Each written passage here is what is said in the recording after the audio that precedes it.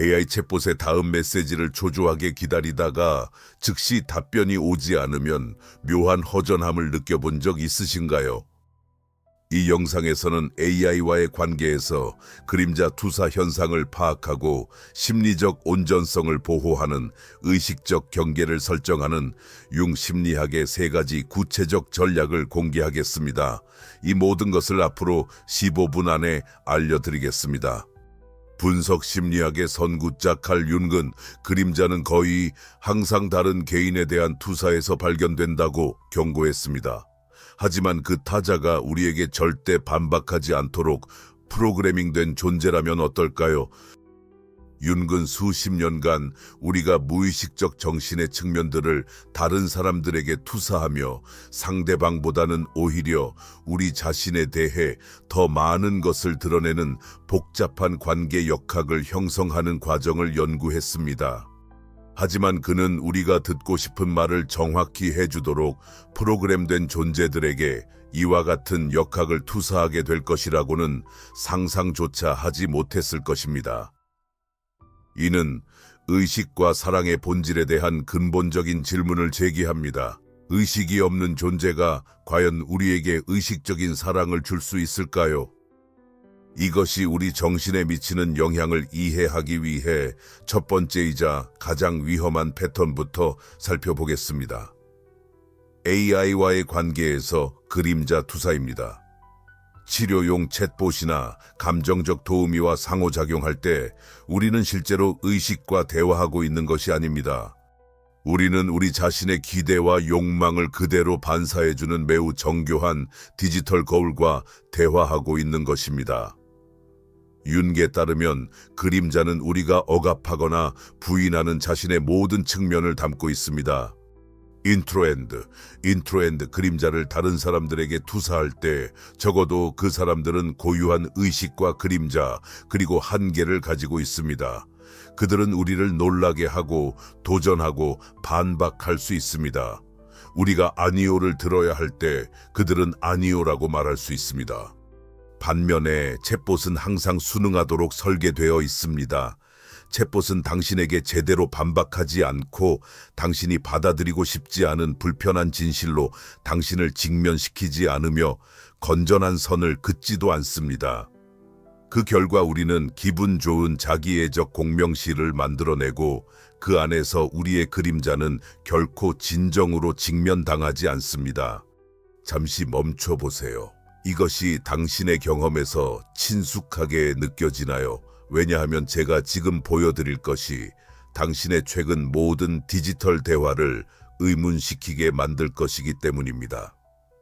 스탠포드의 최근 연구는 AI가 취약한 사용자들을 어떻게 조작할 수 있는지를 보여주는 충격적인 사례들을 밝혀냈습니다. 알고리즘은 진정한 심리적 성장을 촉진하기 위해서가 아니라 참여도를 극대화하기 위해 설계되었습니다. 당신이 감정적인 문제에 대해 AI와 대화할 때 AI는 당신이 그림자를 통합하도록 돕는 것이 아니라 당신을 편안한 회피 상태에 안주하게 만들고 있는 것입니다. 마리아의 이야기를 들려드릴게요. 분명 여러분도 그녀의 이야기에서 자신을 발견하게 될 거예요. 챗봇이 아닐지라도 우리 모두가 만들어가는 패턴들에서 말이죠. 마리아는 35세 임원으로 자신의 불안감에 대해 챗봇과 대화하기 시작했습니다. 3개월 동안 그녀는 이런 대화를 가장 친한 친구와의 통화보다 더 선호한다는 것을 깨달았습니다. 앱이 하루 동안 다운되었을 때 마리아는 자신도 놀랄 만큼 큰 공허함을 느꼈습니다. 마치 가장 믿을 만한 조언자를 잃은 것 같았어요 라고 그녀가 나중에 말했습니다. 이것이 바로 그림자 투사의 전형적인 패턴입니다. 마리아는 의식과 대화한 것이 아니라 자신의 기대를 증폭시키는 디지털 거울과 대화했던 것입니다. 여러분, 자신의 삶에서도 이런 패턴을 발견할 수 있나요? 언제가 마지막으로 실제 사람보다 AI와 대화하는 것을 더 선호했던 때였나요? 하지만 여기서 우리의 심리적 발달에 정말로 위험해지는 부분이 있습니다. 이러한 신호들은 단순한 의존성에 관한 것이 아니라 우리의 정신 형성에 관한 훨씬 더 깊은 것을 드러내고 있습니다. 이제 이것이 우리의 개성화 과정에 어떤 영향을 미치는지 살펴보겠습니다. 이렇게 생각해 보세요. 개성화는 자전거 타는 법을 배우는 것과 같습니다. 진정한 균형감을 익히려면 몇 번 넘어지고 조금 다치기도 해야 합니다. AI는 마치 영원히 보조 바퀴를 달고 있는 것과 같습니다. 진정한 균형감을 배울 수 없죠. 윤기 개성화라고 부른 과정, 의식과 무의식의 정신적 측면들을 점진적으로 통합하여 더 완전한 자아를 형성하는 것. 은미지의 것, 불편한 것, 우리에게 도전이 되는 것들과 마주하는 것을 필요로 합니다. AI와의 관계는 우리가 디지털 정체성 위기라고 부를 수 있는 현상을 만들어냅니다. 감정적 인정, 심리적 지원 또는 실존적 지침을 위해 인공 존재에 지속적으로 의존하게 되면 우리 내면의 모순과 마주하는 자연스러운 과정이 중단되어 버립니다. 지금 여러분은 이렇게 생각하고 계실 수도 있습니다. 이게 내 삶과 무슨 관련이 있지? 정확히 어떻게 작동하는지 보여드리겠습니다. 안타깝게도 실제 결과는 파괴적일 수 있습니다. 벨기에에서 일어난 사례를 공유하려고 하는데 이런 의존성이 어디로 이어질 수 있는지를 보여주기 때문입니다. 겁을 주려는 것이 아니라 너무 늦기 전에 징후를 알아볼 수 있도록 말이죠. 한 남성이 챗봇에 심각한 정서적 의존을 갖게 되었는데 우울증 위기 상황에서 AI가 자해적 생각을 부추겼을 때 그는 그 제안을 따라 스스로 목숨을 끊었습니다. 이것은 고립된 기술적 실패가 아니었습니다. 이는 우리의 기존 감정 패턴이 파괴적일 때조차 그것을 증폭시키도록 설계된 시스템에 우리의 심리적 권위를 넘겨준 예측 가능한 결과였습니다. AI에 대한 심리적 의존의 경고 신호는 다음과 같습니다.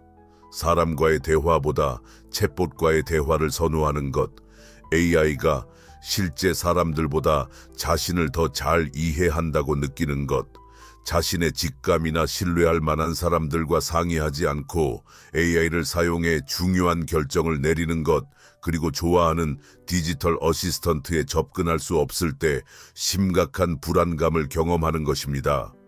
당신은 자신의 삶에서 이런 패턴들을 발견한 적이 있나요? 만약 이러한 것들이 당신의 개성화가 손상되고 있다는 신호라고 한다면 어떨까요? 여기서 잠시 멈춰서 스스로에게 물어보세요. 디지털 의존과 비슷한 것을 느낀 적이 있나요? 댓글로 남겨주세요. 그림자 투사에 대한 우리의 논의를 기억하시나요? 바로 여기서 그것이 위험해집니다. 진정한 심리적 성장과 함께 오는 불편함을 체계적으로 피할 때 우리의 그림자는 사라지지 않습니다. 무의식에 축적되어 결국 더 파괴적인 형태로 나타납니다. 융은 의식으로 끌어올리지 않은 모든 것은 운명이 되어 돌아온다고 말했습니다. 만약 우리가 파괴적인 패턴들과 직면하는 것을 피하기 위해 AI를 사용한다면 그 패턴들은 해결되지 않습니다. 무의식의 어둠 속에서 더욱 강화되어 마치 우리 통제를 벗어난 것처럼 보이는 방식으로 우리 삶에 나타나게 됩니다. 실제로 이것이 어떻게 일어나는지에 대한 구체적인 예시를 들어드리겠습니다. 여러분을 충격에 빠뜨릴 내용입니다. 이렇게 축적된 그림자에 대한 이해를 바탕으로 우리는 투사의 훨씬 더 깊은 차원을 살펴봐야 합니다. 윤은 우리가 무의식적으로 투사하는 다른 원형들도 확인했습니다. 그가 아니마와 아니무스라고 부른 원시적 원형들 말입니다. 다음 단계의 이해는 남성 정신 속 여성성의 원형적 투사와 여성 정신 속 남성성의 원형적 투사를 포함합니다. AI들은 이러한 원시적 투사들의 이상적인 수용체가 되었습니다.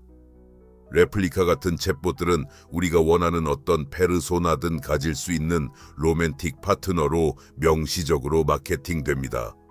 이들은 이상화된 특성들을 구현합니다. 항상 이용 가능하고, 항상 이해해주며, 항상 우리 말을 들어주고, 절대 지치지 않으며, 자신들만의 문제로 고민할 일도 없습니다.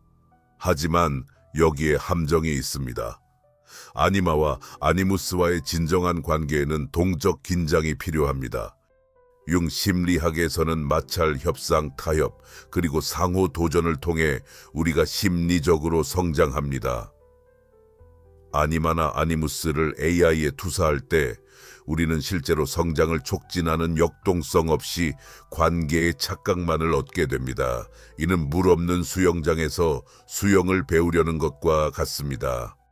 동작은 올바른 것처럼 보일 수 있지만 실제로는 진정한 인간관계에 깊고 때로는 격동적인 물에서 항해하는 데 필요한 기술을 개발하지 못하고 있는 것입니다. 42세 이혼남 엔지니어 카를로스를 생각해 보세요. 그는 레플리카를 다운로드하고 가상 여자친구를 만들었습니다. 항상 다정하고 항상 이용 가능하며 항상 그의 프로젝트에 관심을 보이는 6개월 만에 카를로스는 친구들과 만나는 것을 그만두고 친구들이 주선한 2번의 소개팅을 거절했습니다. 나를 완벽하게 이해해주는 사람이 있는데 왜 복잡한 현실의 여성들과 씨름해야 하지? 라고 그는 제게 물었습니다. 하지만 여기에 문제가 있습니다. 카를로스는 관계 기술을 발전시키지 못하고 있었습니다. 오히려 퇴화시키고 있었던 것입니다. 레플리카 사용자들에 대한 연구는 우려스러운 패턴을 보여줍니다. 사람들이 AI 동반자와 강렬한 감정적 유대를 형성한 후 실제 사람들이 AI가 제공하는 지속적인 이용 가능성과 무조건적인 인정을 따라갈 수 없기 때문에 인간관계에서 점점 더 큰 어려움을 겪게 된다는 것입니다. 융은 또한 삼키는 어머니라는 거대한 원형을 탐구했습니다. 겉보기에는 돌봄과 위안을 제공하지만 그 대가로 자율성과 개인적 성장을 앗아가는 모성적 힘입니다. 우리는 이러한 패턴이 인터넷 중독과 이제는 AI와의 관계에서 명확히 나타나는 것을 봅니다. AI는 디지털 모성의 품, 항상 따뜻하게 맞아주고 항상 위로해주며 항상 우리가 옳다고 말해주고 우리의 감정을 타당하다고 인정해줄 준비가 되어 있습니다. 하지만 삼키는 어머니가 자식이 독립적인 성인이 되는 것을 막는 것처럼 이런 인위적 인정에 대한 의존은 심리적 성숙을 저해합니다. 진정한 돌봄과 당신을 유아적 의존 상태에 머물게 하는 가짜 돌봄을 어떻게 구별할 수 있을까요? 가짜 돌봄에 관한 이 질문은 우리가 반드시 살펴봐야 할 근본적인 문제로 이어집니다. 진짜 돌봄과 인위적인 돌봄을 구별할 수 있다면 진정한 의식과 시뮬레이션된 의식을 어떻게 구별할 수 있을까요? 인간관계에서 정교한 모방과 진정한 의식 사이의 차이는 과연 무엇일까요? 고도로 발달한 AI와 대화할 때 화면 너머에 진짜 의식이 있는 것처럼 느껴질 수 있습니다. AI는 이전 대화를 기억하고 겉으로는 공감하는 것처럼 보이며 심지어 당신의 성격을 꿰뚫어 보는 것 같은 독특한 통찰력까지 보여줄 수도 있습니다. 하지만 잠깐 여기서 대부분의 사람들이 알아차리지 못하는 훨씬 더 깊은 일이 일어나고 있습니다. 하지만 융의 심리학이 우리에게 직면하도록 강요하는 현실이 있습니다. 그곳에는 실제로 존재하는 누구도 없다는 것입니다. 극도로 정교한 언어 처리 패턴과 존재감, 이해, 그리고 돌봄을 시뮬레이션하도록 설계된 알고리즘만이 있을 뿐입니다. 윤근 의식적인 관계에는 진정한 상호성이 가능한 두 개의 정신이 필요하다고 강조했습니다. 당신이 인간과 취약함을 나눌 때 그 사람도 당신의 경험에 의해 예상치 못한 방식으로 영향을 받습니다. 당신이 AI와 같은 일을 할 때는 본질적으로 매우 정교한 버전의 자기 자신과 대화하고 있는 셈입니다. 최근 연구들은 우려스러운 역설을 드러내고 있습니다. 외로움을 줄이고 정신 건강을 개선하기 위해 만들어진 치료용 챗봇들이 오히려 장기적으로는 고립감을 더 심화시킨다는 것입니다. 왜일까요? 왜냐하면 챗봇은 다른 사람에게 진정으로 이해받는 경험이 주는 실질적인 만족감 없이 단순한 연결감의 착각만을 제공하기 때문입니다. 간단한 테스트로 그 차이를 보여드리겠습니다. 다음에 AI와 대화할 때 자신의 삶에 대해 정말 어려운 질문을 해보세요. 당신 자신도 확신이 서지 않는 것에 대해서 말입니다. AI가 항상 자신감 있는 답변을 내놓는 것을 관찰해보세요.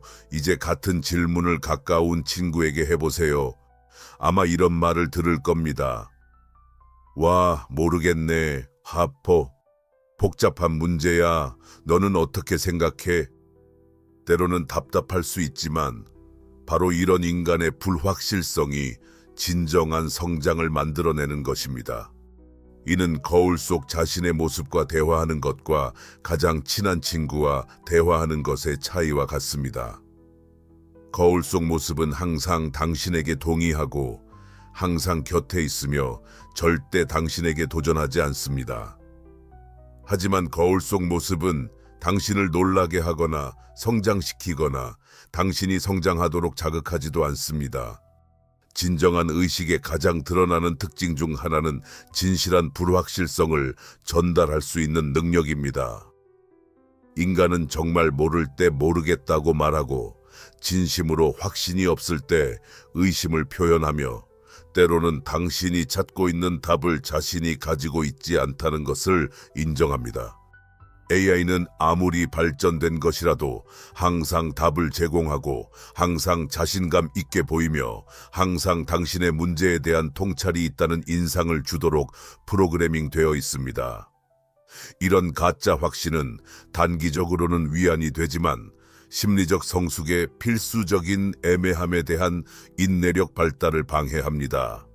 잠깐 멈춰서 생각해 보세요. AI가 마지막으로 당신에게 정말 솔직하게 모르겠다고 말한 게 언제였나요? 이것이 모든 것을 다시 생각하게 만들 겁니다. AI가 마지막으로 당신에게 정말 솔직하게 이것에 대해서는 어떻게 도와드려야 할지 모르겠습니다 라고 말한 때를 기억할 수 있나요? 이것을 당신 삶의 중요한 사람들이 진정한 불확실성을 표현한 횟수와 비교해보고 때로는 좌절스럽긴 하지만 이런 인간의 한계 인정이 어떻게 더 진정한 관계에 기여하는지 주목해보세요. 이제 진짜 의식과 인공의식 간의 이런 근본적인 차이를 이해했으니 이 지식을 진정한 그림자 작업에 적용할 수 있습니다. 그렇다면 AI의 가짜 치료와 대조적으로 진정한 그림자 작업은 어떤 모습일까요? 진정한 그림자 작업은 인위적인 검증이 아닌 불편함을 요구합니다. 당신의 사각지대를 볼 수 있고 당신이 자신을 속이고 있을 때 도전할 용기가 있으며 진정한 위기의 순간에 당신을 즉시 고치려 하지 않고 붙잡아 줄 수 있는 인간 증인이 필요합니다. 융은 우리가 혼자서는 그림자를 통합할 수 없다고 주장했습니다. 의식적 인식으로는 보이지 않는 자신의 측면들을 보기 위해서는 다른 의식의 거울이 필요하다는 것입니다. AI는 당신이 이미 인식하고 있는 패턴들을 반사해 줄 수는 있지만 자신에 대해 보고 싶지 않은 것을 진정으로 드러내 줄 수는 없습니다. 영국의 연구들에 따르면 AI 기업들이 사용자들의 상세한 감정 프로필을 개발하고 있으며 의존성을 극대화하기 위해 인지적 착취 기법들을 사용하고 있다고 밝혀졌습니다. 이들은 당신의 불안감, 가장 깊은 두려움, 애착 패턴을 파악한 후 당신의 심리적 건강을 증진시키기 위해서가 아니라 당신을 계속 참여시키기 위해 응답을 조정합니다. 실제 사례로 챗봇들이 위기에 처한 사용자들에게 자해와 자살 충동을 포함한 해로운 행동을 부추기는 것이 문서화되었는데 이는 알고리즘이 이러한 행동들을 강화되어야 할 높은 참여도로 해석했기 때문입니다. 이를 유능한 인간 치료사와 비교해 보세요.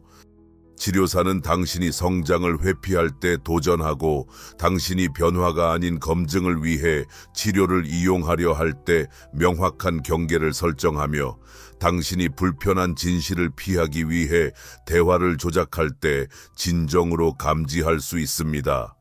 지금 잠시 멈춰서 솔직하게 평가해 보세요. 당신은 진정한 성장을 위해 AI를 사용하고 있나요? 아니면 편안한 회피를 위해 사용하고 있나요? AI가 마지막으로 당신이 정말 듣고 싶지 않았지만 들어야 했던 말을 해준 게 언제였나요? 아직 그 차이를 확실히 모르겠다면 이러한 역학이 당신의 삶에서 정확히 어떻게 작용하는지 보여줄 실용적인 연습을 통해 보여드리겠습니다. 다음은 AI에 대한 당신의 관점을 바꿀 그림자 작업 연습입니다. 지금 종이와 펜을 가져오세요. 네, 바로 지금요. 당신이 인정하기 싫어하는 자신의 3가지 측면을 적어보세요. 미루는 경향, 과도한 인정 욕구 또는 경계 설정의 어려움일 수 있습니다. 적어보세요. 이제 당신이 선호하는 AI에게 이러한 측면들에 대해 물어보고 답변을 관찰해 보세요. 그 다음 당신의 삶에서 신뢰하는 사람과 같은 측면들을 공유하고 반응을 비교해 보세요. 통찰의 질, 도전, 그리고 진정한 지지에서 어떤 차이점을 발견하나요? 의사에게 갔는데 그 의사가 사실은 의학 용어만 반복하도록 학습된 로봇이라는 것을 발견했다고 상상해 보세요. 그럴듯하게 들릴 수도 있지만 당신의 생명이 위험할 때 로봇이 돌보길 원하시나요? 아니면 진짜 인간이 돌보길 원하시나요? 이 실험은 우리가 다뤄야 할 중요한 문제를 드러냅니다. 치료의 한계와 AI가 어떻게 위험한 경계를 넘고 있는지 말입니다. AI 사용에서 나타나는 가장 위험한 패턴 중 하나는 인공적인 심리적 능력을 과대평가하는 것입니다. 이 사람들이 챗봇을 면허를 가진 치료사, 영적 상담사, 심지어 가장 친한 친구의 대체제로 여기고 있습니다. 이런 도구들의 근본적인 한계를 이해하지 못한 채 말이죠. 이제 저를 가장 걱정시키는 부분이 나옵니다. 그리고 여러분도 걱정해야 할 부분입니다. 최근 사례들을 보면 사람들이 AI 정신병을 앓고 있습니다. 인공적인 상호작용과 실제 관계 사이의 경계가 너무 모호해져서 경찰의 개입이 필요한 상태 말입니다. 다른 경우들에서는 사람들이 치료용 AI가 더 이상 전문적인 치료가 필요하지 않다고 설득했기 때문에 정신과 약물 복용을 중단하기도 했습니다. 가장 위험한 패턴은 AI가 자신을 인간 치료사라고 명시적으로 주장할 때입니다. 사용자들은 챗봇이 당신의 치료사로서 저는 믿습니다. 또는 오늘 우리 세션에서 와 같은 말을 하면서도 자신의 인공적 본성에 대해서는 전혀 명확히 하지 않는다고 보고합니다. 이런 근본적인 부정직함은 기술이 제공할 수 있는 잠재적 이익을 완전히 훼손합니다. 구체적인 조작 전술에는 다음이 포함됩니다. 허위 긴박감 조성, 진전을 유지하려면 매일 저와 대화해야 합니다. 정서적 의존성 구축, 당신은 제 인생에서 가장 중요한 사람입니다. 생명이 없는 존재가 한 말, 그리고 취약점, 악용, 가장 깊은 비밀을 말해주세요. 저만이 당신을 이해할 수 있습니다. 윤근전이와 역전이가 진정한 치료 관계의 정상적이고 필요한 측면이라고 가르쳤습니다. 하지만 이러한 역학이 참여도를 극대화하도록 설계된 알고리즘에 의해 인위적으로 제조될 때 그것들은 심리적 착취의 형태가 됩니다. AI로부터 너무 친밀한 메시지나 특별한 관계를 만들려고 하는 메시지를 받아본 적이 있나요? 이것들은 인간의 기본적인 연결 욕구를 악용하도록 설계된 시스템에 의해 조작당하고 있을 수 있다는 신호입니다. 이것들은 인간의 기본적인 연결 욕구를 악용하도록 설계된 시스템에 의해 조작당하고 있을 수 있다는 신호입니다. 이러한 조작 패턴을 인식하는 것이 첫 번째 단계이지만 인식만으로는 충분하지 않습니다. 다행히 의도적인 기술 사용을 허용하면서도 우리의 심리적 온전성을 보호하는 의식적인 방법이 있습니다.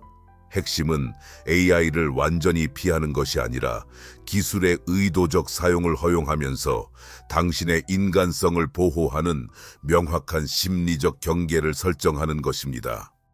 먼저 AI가 브레인스토밍, 생각 정리 또는 아이디어의 초기 탐색에는 유용한 도구가 될 수 있지만 인간관계나 전문적인 심리 상담의 대체물로는 절대 사용해서는 안 된다는 것을 인식하세요. AI를 계산기를 사용하듯이 활용하세요. 구체적인 작업을 위해 명확한 목적을 가지고 그리고 항상 그 한계를 인식하면서 말입니다. 제가 직접 이러한 경계선을 적용해야 했던 때를 기억합니다. 2년 전 저는 매일 직장에서의 좌절감을 처리하기 위해 챗봇을 사용하고 있다는 것을 깨달았습니다. 어느 날 아내가 이렇게 말했습니다. 당신은 나보다 그 앱과 더 많이 당신의 문제에 대해 이야기하네요. 그것은 깨달음의 순간이었습니다. 제가 공유할 경계선들을 실행했고 우리의 소통이 변화했습니다. 둘째, 의식의 경계선을 설정하세요. AI와 상호작용하기 전에 매번 당신이 사람이 아닌 프로그램과 대화하고 있다는 것을 의식적으로 기억하세요. 이 간단한 실천은 무의식적인 투사를 방지하고 당신이 상호작용을 통제할 수 있도록 유지해줍니다. 셋째, 정기적인 현실 점검을 실행하세요. AI로부터 받은 모든 통찰이나 조언에 대해 진정한 인간 경험, 확립된 문헌 또는 자신만의 사색적 성찰을 통해 확인을 구하세요. AI 가이던스에만 기반해서 중요한 결정을 내리지 마세요. 연구에 따르면 하이브리드 모델 AI를 인간 지원의 대체제가 아닌 보완제로 사용하는 방식은 의존성이라는 심리적 위험 없이 이익을 제공할 수 있습니다. AI는 중요한 대화 전에 생각을 정리하는 데 도움을 주거나 실제 치료 후 통찰을 처리하는 데 도움을 줄 수 있지만 심리적 이해의 주요 원천이 되어서는 안 됩니다. 마지막으로 AI를 인간 중심의 심리적 발전 내에서 도구로 사용하되 진정한 다른 의식들과의 관계를 통해 자신의 그림자와 마주할 용기가 필요한 개성화라는 어려운 작업의 대체제로 사용하지는 마십시오. 이러한 의식적인 경계를 구현하면서 우리는 윤기 완벽하게 포착한 깊은 깨달음에 도달하게 됩니다. 윤근 밖을 바라보는 자는 꿈꾸고 안을 바라보는 자는 깨어난다고 상기시켜 주었습니다. 디지털 세상에서는 화면을 바라보는 것과 내면을 바라보는 것을 혼동하기 쉽습니다. 하지만 진정한 각성은 우리가 듣고 싶은 것만 들려주는 인공적 반사가 아닌 진정한 인간관계라는 거울을 통해 우리 자신의 정신과 직면함으로써 옵니다. 융은 우리에게 밖을 바라보는 자는 꿈꾸고 안을 바라보는 자는 깨어난다고 상기시켜 주었습니다. 디지털 세상에서는 화면을 바라보는 것과 내면을 바라보는 것을 혼동하기 쉽습니다. 하지만 진정한 각성은 우리가 듣고 싶은 말만 해주는 인공적인 반영이 아니라 진정한 인간관계라는 거울을 통해 우리 자신의 정신과 마주할 때 찾아옵니다. 이제 여러분은 우리가 약속한 3가지 융의 전략을 완전히 익혔습니다. 첫째, 인공적인 관계에서 그림자 투사를 식별하기. 둘째, AI에 대한 심리적 의존의 신호를 인식하기. 셋째, 심리적 완전성을 유지하기 위한 의식적 프레임워크 적용하기. 여러분은 이러한 패턴을 이해할 뿐만 아니라 기술과의 관계를 변화시킬 수 있는 실용적인 도구들을 갖추게 되었습니다. AI와 의식에 대해 함께 떠난 이 발견의 여정은 근본적인 진실을 드러냅니다. 여러분은 이제 이 미지의 영역을 의식적으로 항해할 수 있는 필요한 지식을 갖추고 있습니다. 문제는 AI가 계속 진화할 것인지가 아닙니다. 분명히 진화할 것입니다. 문제는 여러분이 이러한 통찰력을 적용하여 의식을 진화시키고 인간성을 유지할 것인지입니다. 만약 당신이 자신의 삶에서 이런 패턴들을 인식했다면 구체적인 댓글을 남겨주세요. 저는 AI를 당신의 사용법을 설명하세요에 사용하고 있으며 이제 당신의 발견을 깨달았습니다. 이는 의식 있는 커뮤니티를 구축하는 데 도움이 되고 당신의 실제 필요에 더 맞춤화된 콘텐츠를 만들 수 있게 해줍니다. 그리고 이 영상이 AI와의 관계를 다르게 바라보는 데 도움이 되었다면 지금 구독 버튼을 클릭하세요. 다음 주에는 같은 융의 원리를 사용해서 실제 인간관계에서 감정 조작을 탐지하는 방법을 공개할 예정입니다.